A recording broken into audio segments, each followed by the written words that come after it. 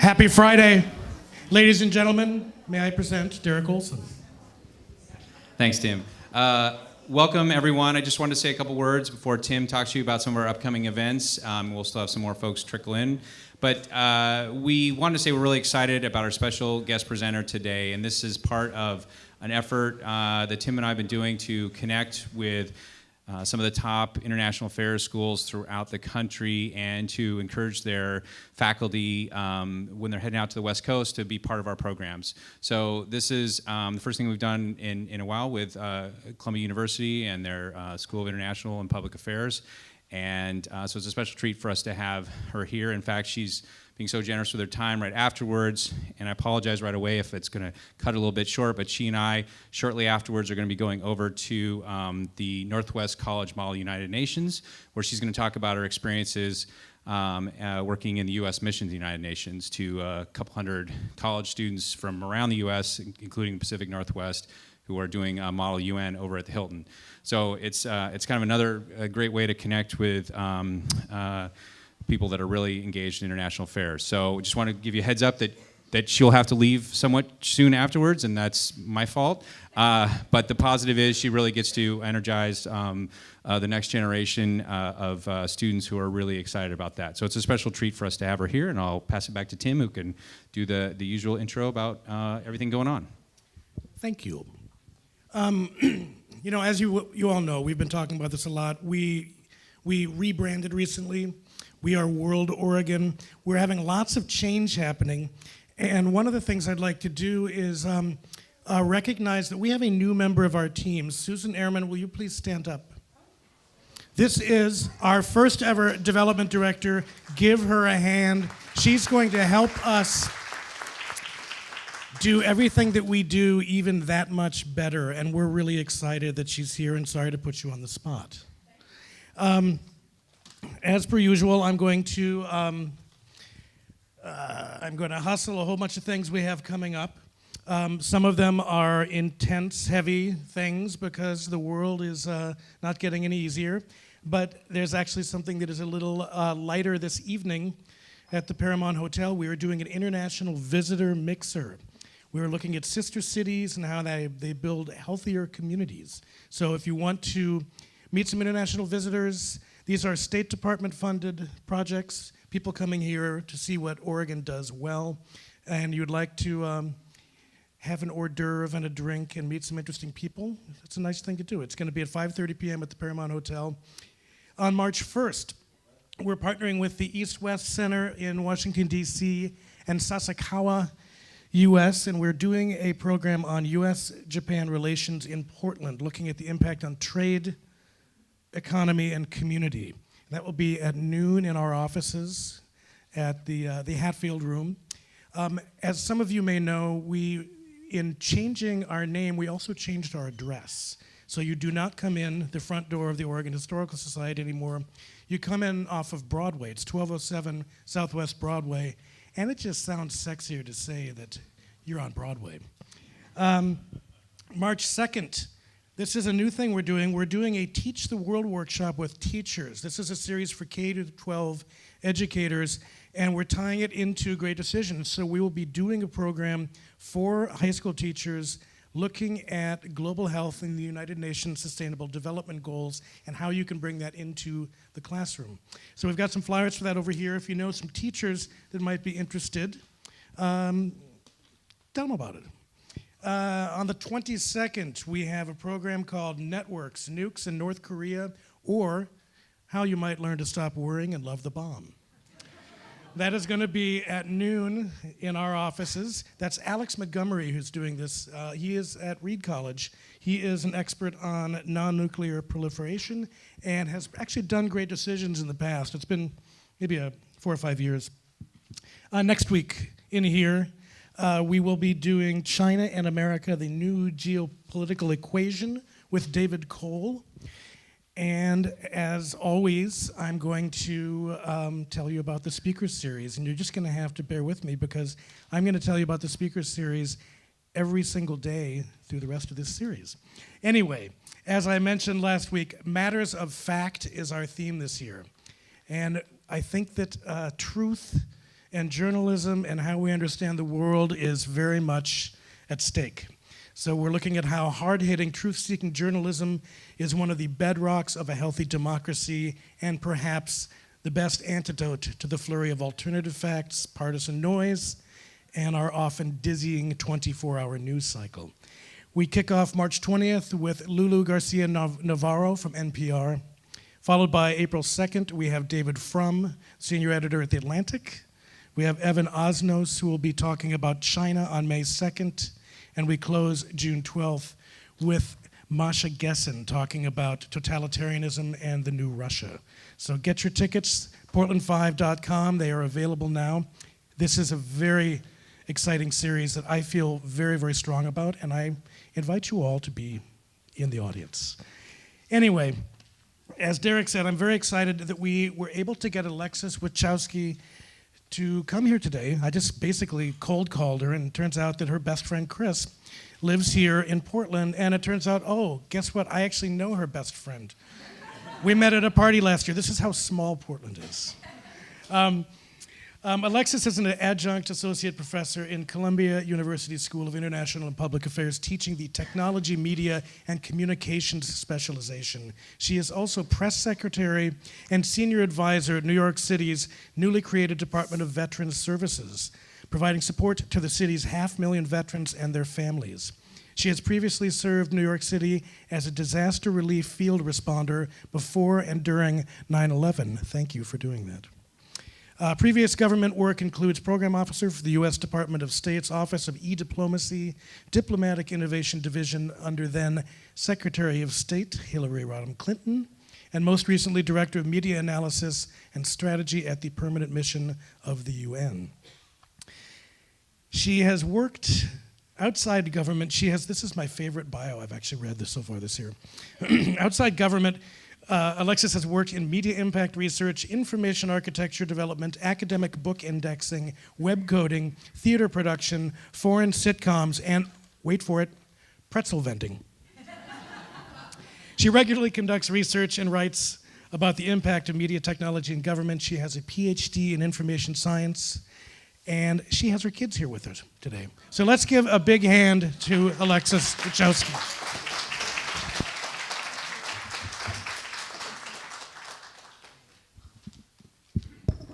I feel like I should have stopped there because that intro was so great. But I think I have some more that I can share with you. So thank you all for having me. I'm thrilled to be in Portland. Portland I consider a second home. As Tim mentioned, my best friend Christine lives here. We've known each other since we were 15, and it's fantastic to come all these years later to speak with you today. So foreign policy in a media-saturated world, or keeping democracy smart with cute cats. I feel like if you're going to talk about the internet, you have to acknowledge the proliferation of the kinds of content that we see on the internet, including small furry creatures. There they are, serious cats. Serious about taxes, serious about healthcare, serious about you. All right. So what does this mean? What are we going to talk about today? First, we're going to talk about the landscape that we find ourselves in, how the media is dominating our world. We all know it, we feel it, we experience it 24 hours a day in the content we consume. But I want to look at what this means sort of for the world order. They will be rational and they will save us. What we could do if our public sphere, the conversations that we have online and through our new technologies, were the kind of conversations that could actually enhance our democracies and move us forward. Secrecy is for losers. This is a quote from Daniel Moynihan, not myself. I love it though. Context on why we increasingly demand transparency in what's happening with our governments, especially in their foreign policy processes.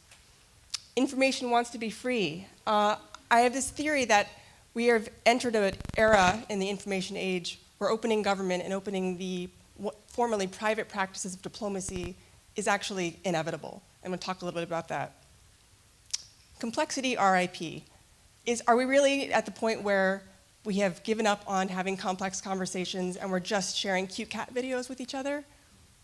Or is there hope for something a little bit deeper in what we discuss?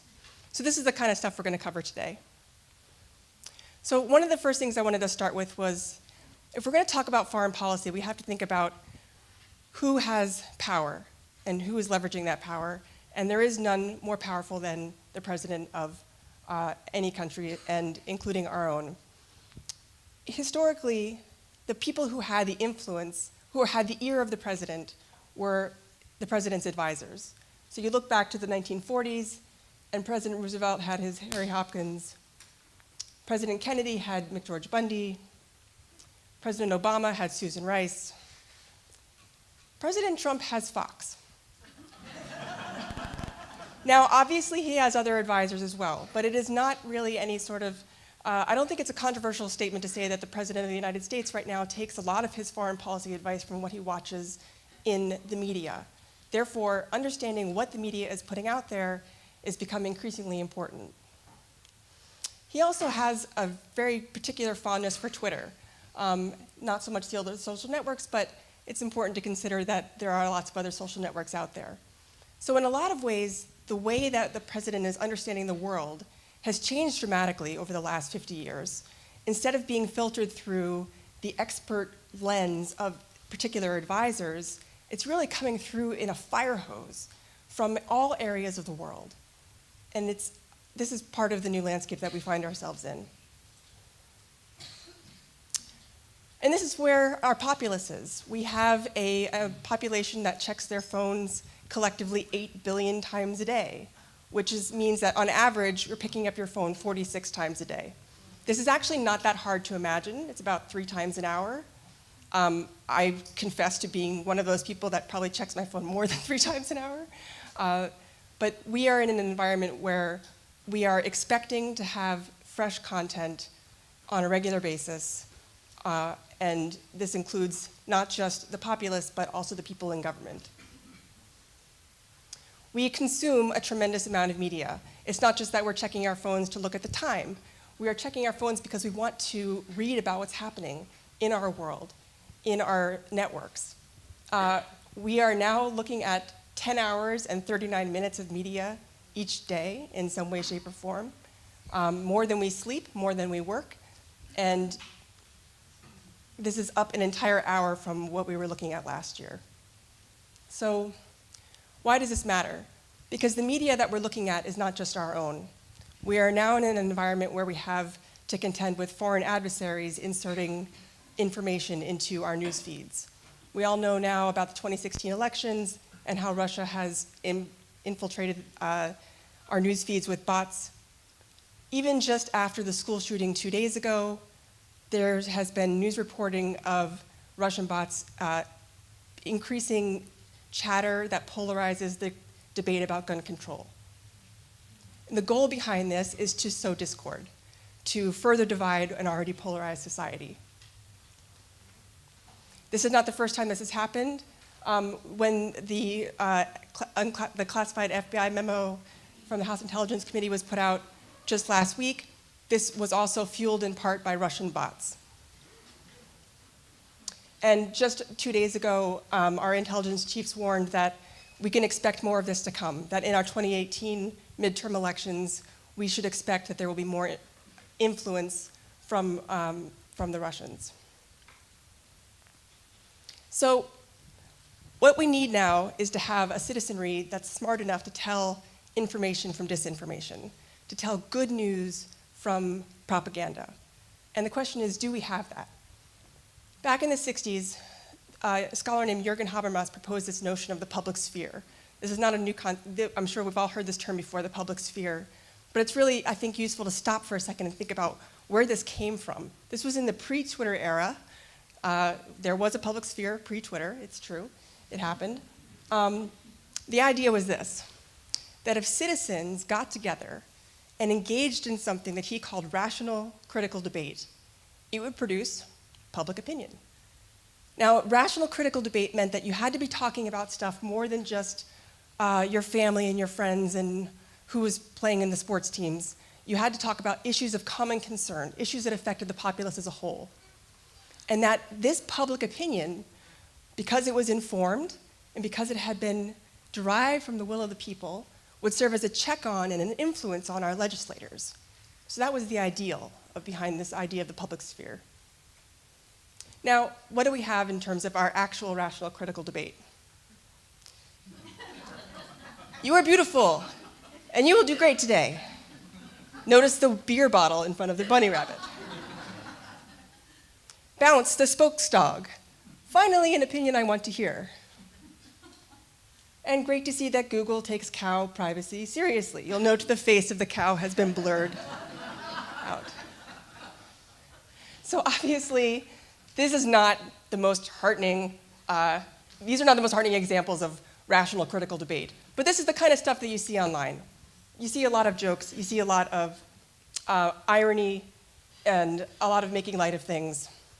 But you do see other things as well. One of the things that we saw immediately after the inauguration last year is that some federal government accounts were using their social media networks to put out information that seemed to be in opposition to the Trump administration. So the National Park Administration was one of the first ones to do this. On the day of the inauguration, they put out photos of the size of Donald Trump's audience at the inauguration, and the size of the crowds, which is here. You can see all the white space, compared with the size of the inaugural crowds at Obama's inauguration.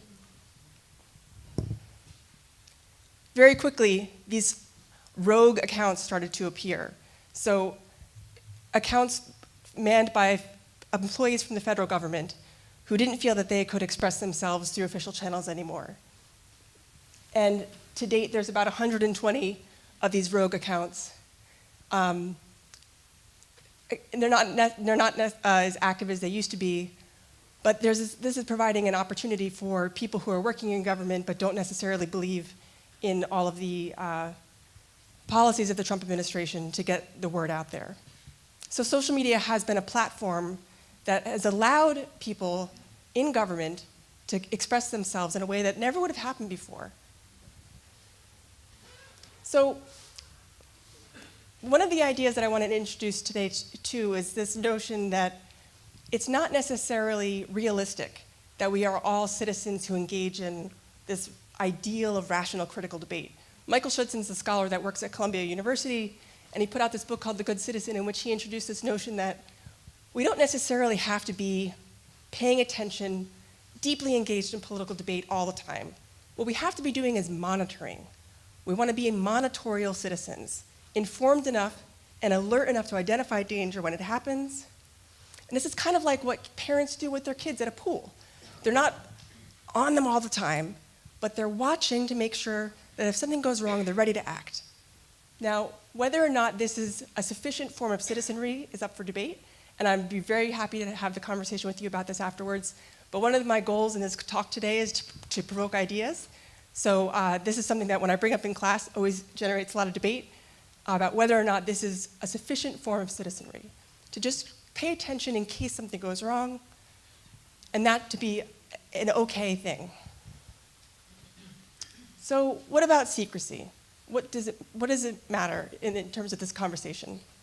So in some ways, secrecy, according to Habermas at least, was supposed to serve the maintenance of sovereignty. So in other words, if government is in charge of keeping us safe, we have to assume that they know more than we do, and that they're going to use that information wisely and responsibly. Daniel Moynihan, back in 1998, wrote a book about secrecy in which he said, secrecy is for losers. It's for people who don't know how important information really is. And what he was referring to was this sort of Cold War era mentality that dominated the foreign policy establishment specifically, where people used information as currency. And there was a culture within government that did not share information. We've seen lots and lots of examples of how information sharing failures in government have led to disasters. Now, the reason this matters is because information technology makes secrecy really, really hard. Information, once it's digitized, is really easily spread, and it's really hard to retract.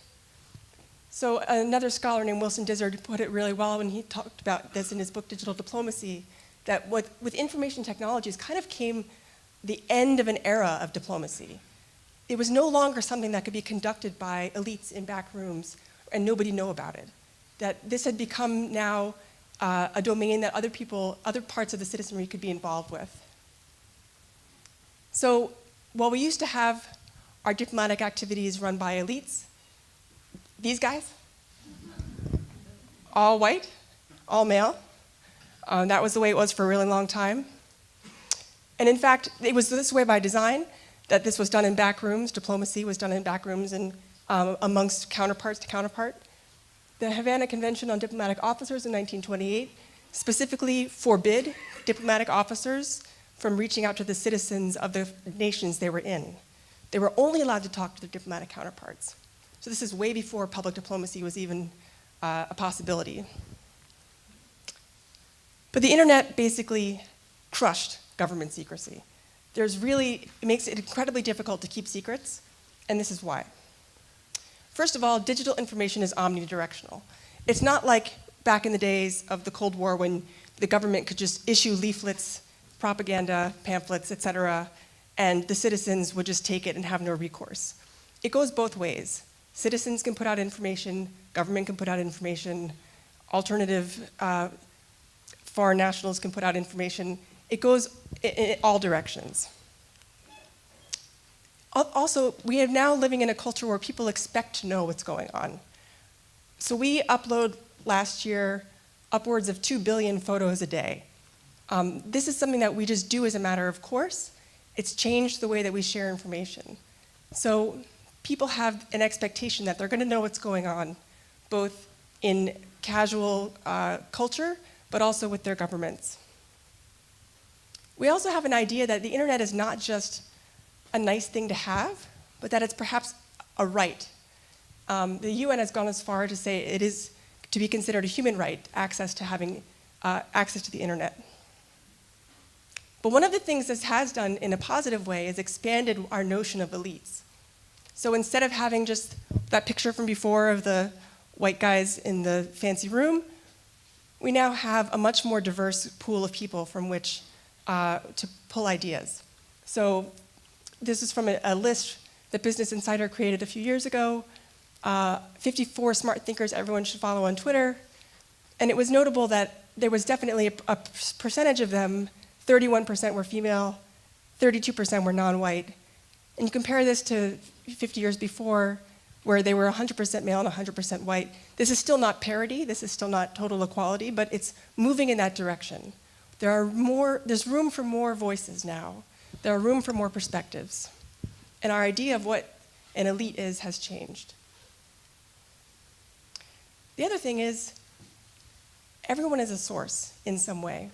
We have the devices that make it possible for all of us to produce content that can be shared and can be consumed on Twitter or on YouTube or on Facebook by all the way up to the president himself at any moment of the day. So anyone is a potential source. So this has completely changed the landscape of how government conducts itself. And we spend a lot of time with other people's content. 5.4 hours a day we spend consuming other people's content. So what does this mean? What does this matter? So I'm going to take an aside here for a second to set the context about the world that we're living in right now. Back in 1962, there was this hippie, I'll say, named Stuart Brand, who I say that fondly. He was a friend of Steve Jobs, and he created something called the Whole Earth Catalog. And it sold things like instructions on how to build a yurt and how to build your own, I was going to say PC, but that was probably a little bit before that time. But he came up with this quote, which has become sort of the mantra of a movement. He said, on the one hand, information wants to be expensive because it's so valuable. But on the other hand, information wants to be free because the cost of getting it out is lower and lower all the time. This notion that information wants to be free has sort of been taken up as the motto of a subculture of people on the internet who really believe that not only should information remain free of charge, but that it should be freely shared. So I want to put this in context for you historically. This is the last 100 years. Don't worry, I'm not going to go through the entire 100 years of information sharing. But very quickly, just some of the highlights. We have, of course, the World Wars, and when the United Nations was created in 1945. Now, since the United Nations was created, the United Nations is a flawed institution, to be sure, but it has done its job in the sense it has prevented World War III. And this is a chart from a great economist, from the University of Max Roser, to show the rate of battle deaths over the last 70 years, and shows how dramatically it's decreased. This is not just because of the United Nations, but definitely has a part to play in this, is the role of diplomacy. Now, we've also had a lot of developments in terms of science and technology. With the advent of penicillin in just 1927, we've almost doubled our lifespan. The lifespan of the average human was only 54 years before penicillin. With radiocarbon dating, the Big Bang Theory and double helix, all of these discoveries happening very close to one another, we understood that our world was much greater in terms of history, in terms of its scale and its scope, and in terms of what we could understand about ourselves that we'd never known before. Some slides about to reinforce the radiocarbon dating. This is the universe. We now know it's much larger and longer than we thought it was. And we now understand more about our own code, more about our own sense of place in the universe than we used to know. And then we have technology. So the first edited TV broadcast was in 1937, not coincidentally, around the same time where political consulting was born. This was one of the first TV broadcasts. And to be broadcast on television in the early days, you had to be somebody important. You had to be a president. You had to be doing something significant to make it on TV. Fast forward to now, this was the first YouTube video ever, me at the zoo. And it literally consists of a guy at the zoo talking about elephants. So it's gotten 39 million views, not because of the discussion of elephants, but because it was significant for being the first YouTube video in 2005.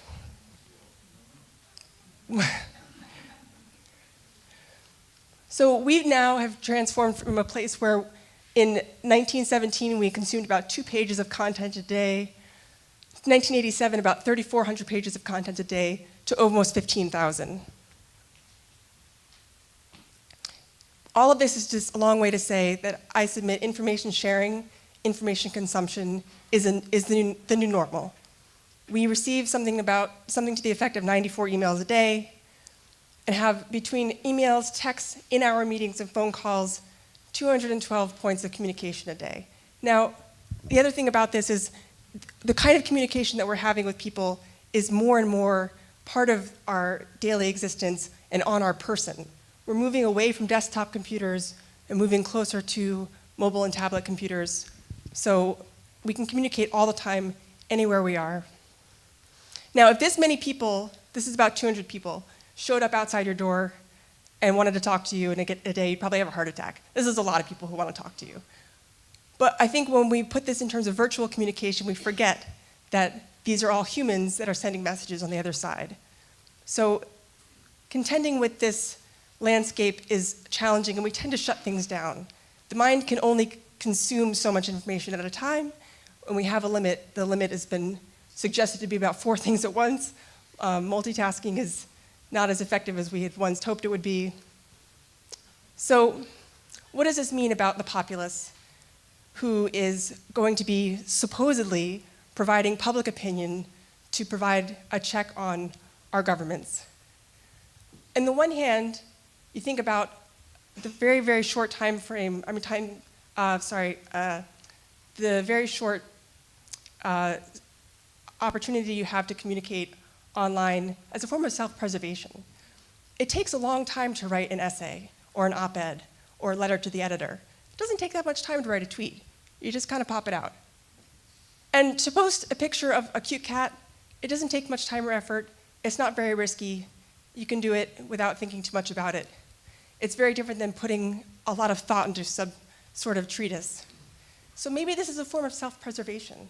Maybe we're just so overwhelmed by content that we've restricted what we do online to be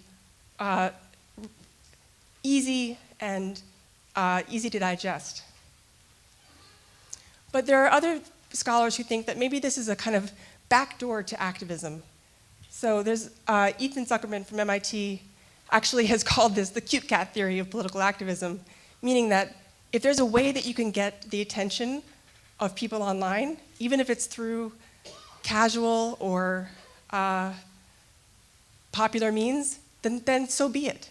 As long as you're getting people engaged some way, then that's better than nothing.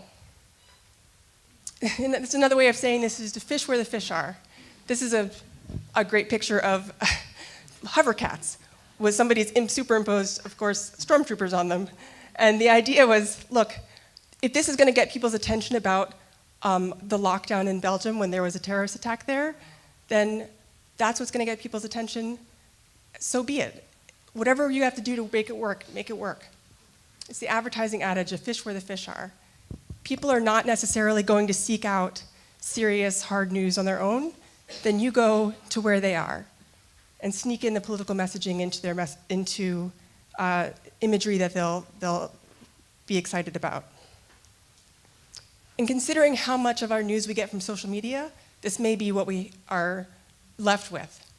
2/3 of adults get their news from social media these days, according to the Pew Research Center, and this doesn't look like it's going to change anytime soon. So this is another interesting example of, so BuzzFeed, which used to be known just purely as clickbait before they actually started doing real investigative reporting. Which member of the United Nations Security Council are you? It's a quiz. You can find out, are you kind of like China? Are you kind of like France? Now, these quizzes may seem silly, but if they get young people excited and interested about foreign policy and diplomacy, then maybe it's not such a bad way to reach out to them. So at their best, policy-related tweets can accomplish some serious diplomatic goals. Number one, they capture a moment in history. Back in, I think it was 2015, there was a hostage crisis in Sydney, and afterwards, Muslims that were living in Sydney, Australia felt targeted, and there was a campaign that came out on social media called I'll Ride With You. And they said, and this campaign expressed how the regular, non-Muslim citizens of Sydney said that they didn't want their Muslim counterparts to feel targeted, so they started this social media campaign. I Can't Breathe. This was a hashtag that came out after incidents of police brutality in New York City. Bring Back Our Girls. This was another one that captured a moment when 212 Nigerian schoolgirls were kidnapped by Boko Haram. So these Twitter campaigns may seem frivolous or ineffective in some way, but they capture a moment in history in a way that is significant. They can also inspire action. So after President Trump instituted what has been known as the Muslim ban, the ACLU went online and said, okay, we're going to organize protests in all the airports, and they were able to mobilize just using social media and get lawyers to actually show up in airports to help people understand their rights during the institution of the ban. It can also catalyze movements. We all know about Ferguson and Black Lives Matter now, but Black Lives Matter started as a hashtag, and that's where it gained its momentum in the digital sphere before it became a movement in the physical sphere. We can also use digital media to listen effectively. So most world leaders are now online in some way, shape, or form. And of course, most world leaders aren't like President Trump tweeting themselves. They have staff doing it for them. But it's still an expression of their will. It's still a form of policy statement, whatever they put out in digital media. So we can use social media as a listening tool. We can also use it as kind of like single steps in a marathon. So this is an example of a former ambassador to the United Nations Management and Reform Division, Joe Torsella, who uses Twitter not necessarily to change minds, but to create a record, to show the people that he is for or against certain policy positions, and then can go later on and point back to them. We probably all have news feeds that mirror what we think. This is something that is one of the drawbacks of social media, is you end up seeing a lot of singing to the choir and not so much about what the other side sees. But if you try, you can find ways to see feeds that show what the other side sees. We can inform ourselves. about what other people with other perspectives are looking at.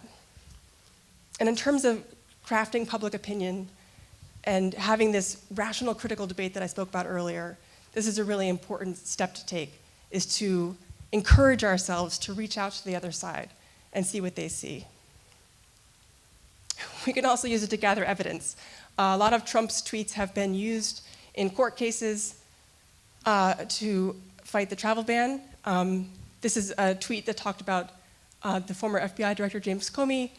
Comey better hope there are no tapes of our conversations, to which Comey replied, Lordy, I hope there are tapes. Hadn't even thought of it before, but thanks to the tweet is now an issue for the press. And finally, social media in foreign policy can be used to generate action. The Indivisible movement is not necessarily the largest protest movement, but it is one of the best organized, and it's something that exists almost entirely online. And it has very real physical manifestations, going to town halls, organizing public events, going to visit your district office, picking up the phone, calling your representatives. So these things all start in these what seem like throwaway tweets or signing onto a petition or what we kind of call slacktivism, but they can be used to generate real-world action. So in closing, I don't think that this is necessarily a media-saturated world in which people have given up on complexity. I think that we have to find a way to work with what we've got. We have a landscape in which people have shorter attention spans. People are consuming more content than ever before. It's harder to sift through all of the noise.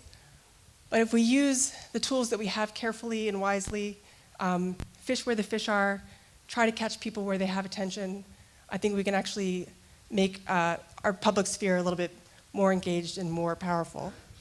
So to close with some 140 character wisdom from Arthur Ashe, you start where you are, use what you have, and do what you can.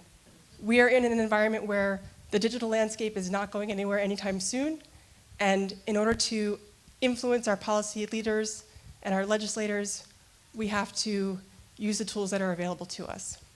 And I would love to have a conversation about any of these things that sparked an idea with you. So thank you so much.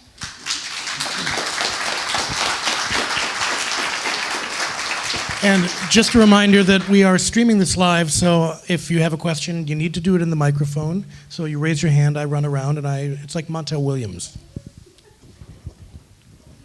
Thank you very much. Hi.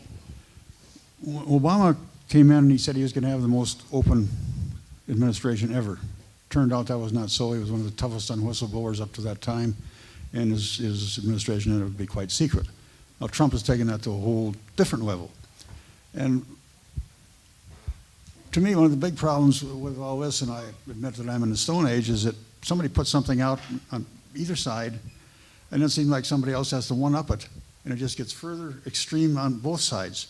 Is there any hope that, is that just going to keep mushrooming this way?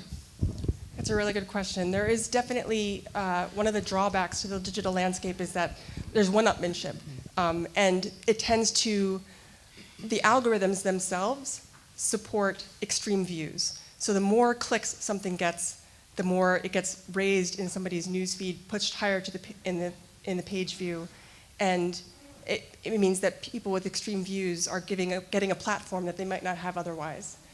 So what do we do about this?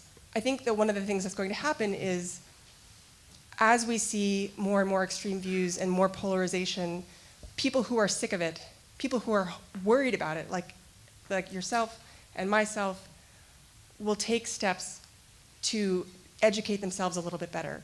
One of the things about digital media is that we have now tons of options. If you want to just read what's going on in the liberal media, you can just go to those sites. Or if you want to just see what's happening on Fox News, you go to Fox News. But if you go to, for instance, Google News, you can see multiple headlines on any particular topic and see various subtleties in how the news is being presented. So I think that the onus is on us, the citizens, to seek out the more moderate views, the more nuanced views, if we feel worried about the polarization that we see. Now, whether or not people are going to take that and take that responsibility seriously and do it is a different story. But I think that enough people will get to the point where they're tired of the polarization that they might consider this as an option. I get a lot of things on, say, email, and now I realize who I have to watch, because they will send something from Charles Krauthammer or Andy Rooney that is not only old, but it was not something they ever said. And it's so easy to look this stuff up, but I don't know that the message is getting out there that we need to be on top of this and look up if something comes in and it doesn't cite where it's coming in. You better be suspicious. Absolutely. No, this is one of the challenges with fake news, is that it doesn't label itself fake news. It looks like regular news. It's perfect Trojan horse. It looks like content that's believable, and so you believe it. We have to become really suspicious consumers of media. In the same way, there's the old adage, buyer beware. When you purchase a product, we have to be very, very careful about the media that we consume. Because even people who are well-educated and media savvy can consume fake news and not realize what it is. There's been a lot of studies done that show that even amongst graduate students, there's pretty poor rates of identification of what's fake and what's real. So we just have to become a little bit more suspicious as an information consumption populace. It's a little bit disheartening to think of it that way sometimes, because we want to be able to believe what we read, but at the same time, this is adapting to the world that we're in. We have to, as you said, double check, look things up, verify, see if we can find the primary source, see if we can track down where it came from. Google News also introduced a feature called Fact Check on their news section, which is sort of like a Snopes, if you've heard of that, where it takes featured fake news articles and debunks them. So we just have to be more careful. When you read something that seems a little fishy or a little extreme or a little too good to be true, maybe it is. Yes, I'm enthusiastic about the increased access through social media from everyone and all countries, et cetera. I'm wondering if you would, well, first of all, what you would feel about filters on news sources, and second, basically, has there been any research to, essentially establish an argument that people who are actually relying on print media, old sources, magazines, that type of thing, are better informed than the people accessing social media who have this 2-second span of attention? So it's a really good question. One of the things that was surprising about social media news consumers is, in fact, yes, they have shorter attention spans, but the studies suggest that they're reading multiple sources about the same topic. So they may only be looking for a few seconds, but they're looking at many, many sources to corroborate what they're seeing. So in some ways, the short attention span is correcting itself by allowing them people to just look at more stuff. I haven't seen anything about people who are looking at traditional print sources versus people who are looking at social media sources. Unfortunately, I know this because I'm married to a journalist. Journalism is a very difficult field to succeed in these days. Magazines are closing, their print shops left and right. Newspapers are shutting down, local newspapers are closing. So it would be interesting to know if that correlates with a loss in kind of valid news consumption. But so far, I haven't seen anything about that. The gentleman up front touched upon the fact that we've had a divisiveness and a questionable transparency, accountability issue going on in our government for at least the past several administrations, Republican and Democrat.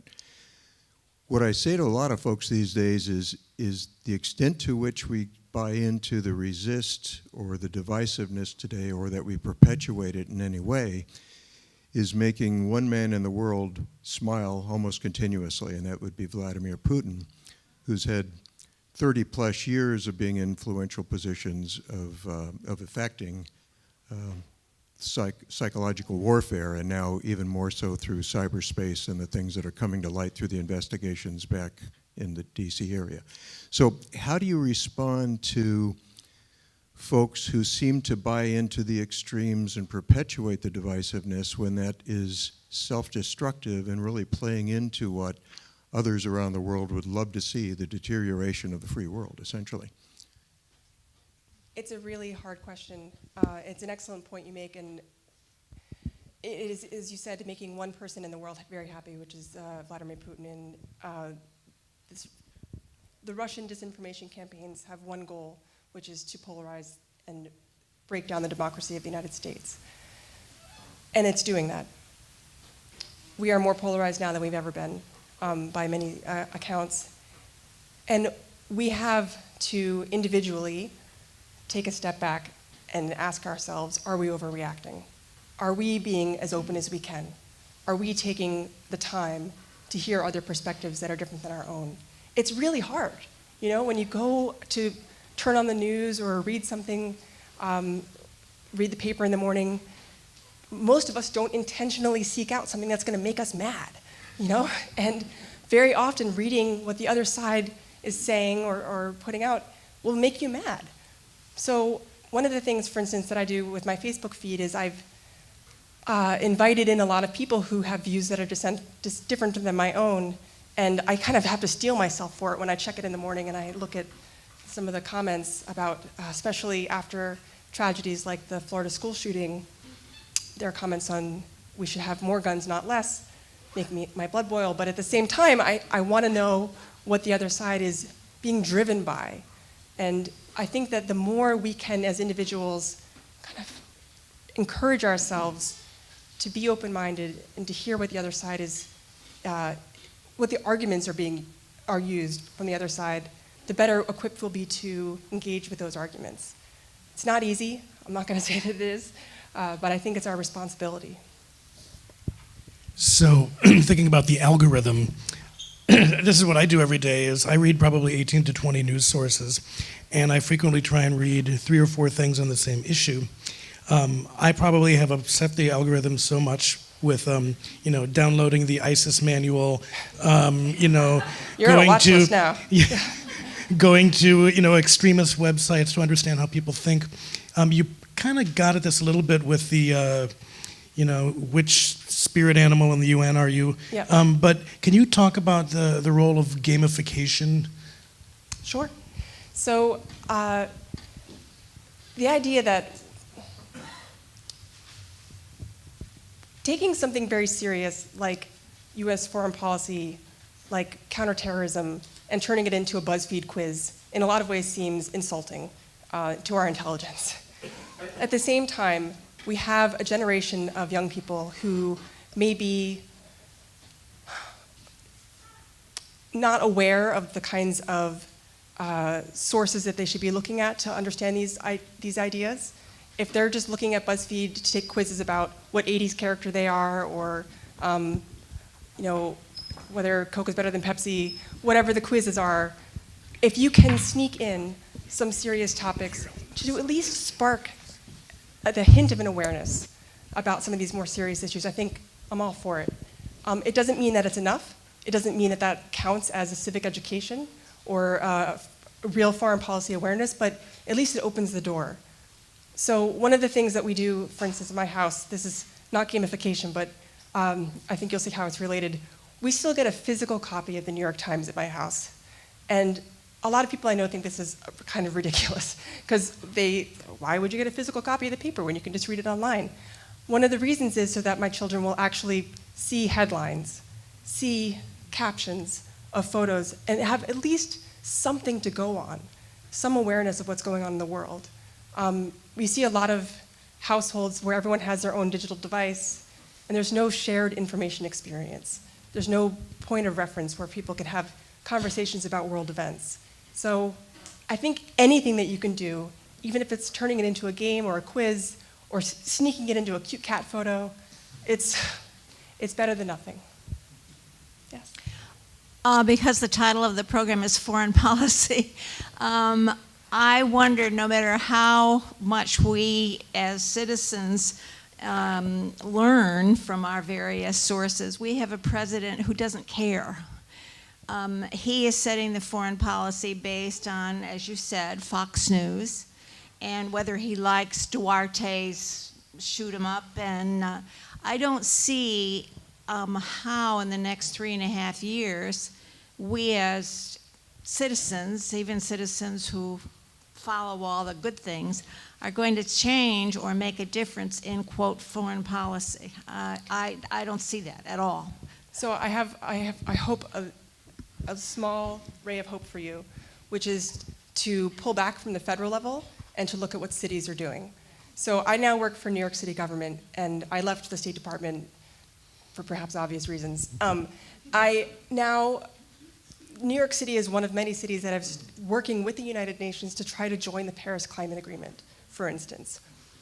Cities are increasingly stepping up to pledge to do the right thing, to carry out traditional US foreign policy objectives where the federal government has been silent.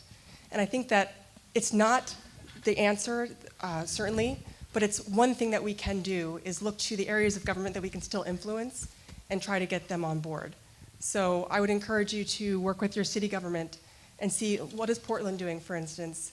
Are they on with the Paris Climate Agreement? Are they doing anything they can to combat terrorism, to be a sanctuary city? You know, all of these different kinds of things that cities are doing. It's a sliver of hope that we have a chance to influence the foreign policy direction of this country, where on the national level we may feel a little bit powerless.